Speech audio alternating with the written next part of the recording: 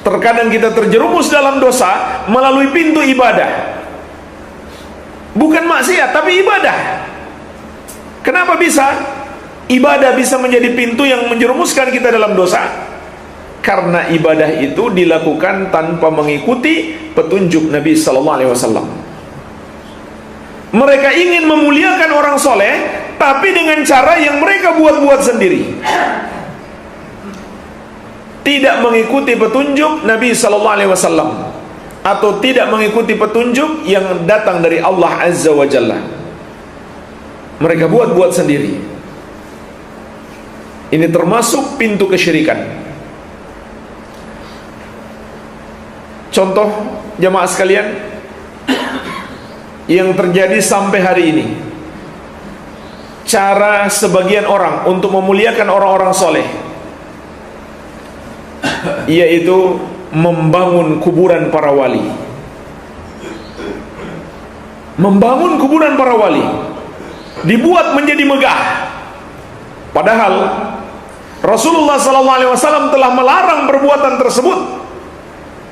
Di antaranya dalam hadis riwayat Muslim dari sahabat yang mulia Jabir bin Abdullah radhiyallahu anhuma, beliau berkata, "Naha Rasulullah sallallahu alaihi wasallam ayyujassasal qabr wa ayyuq'ada alaih wa ayyubna alaih."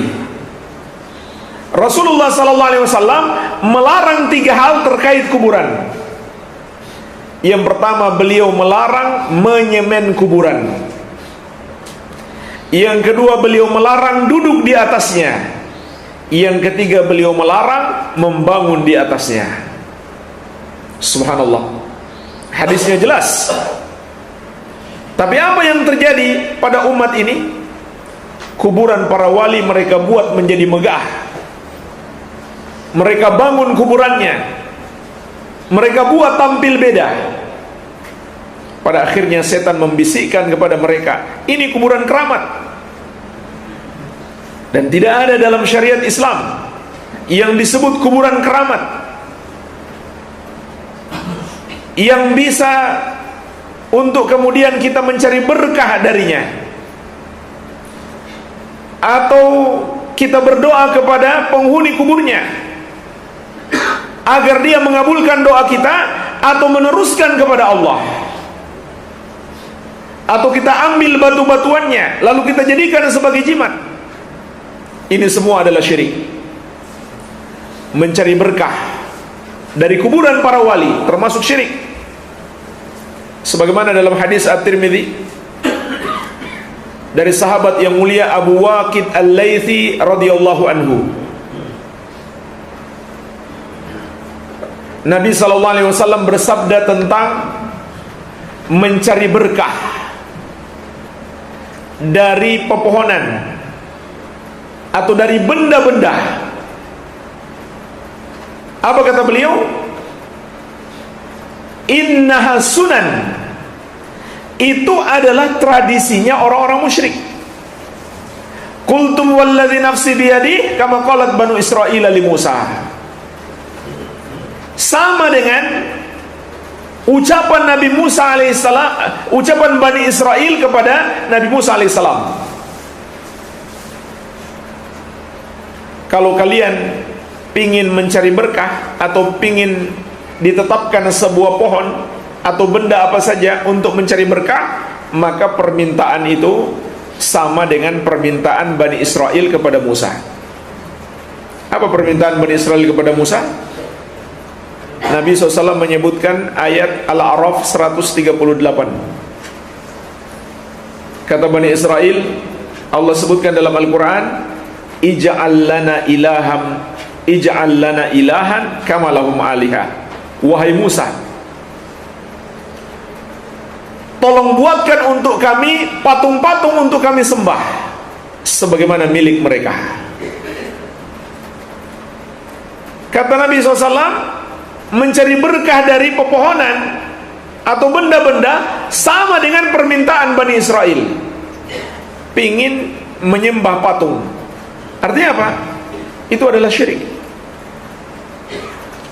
Atau mengambil batu-batuan di kuburan digunakan sebagai jimat.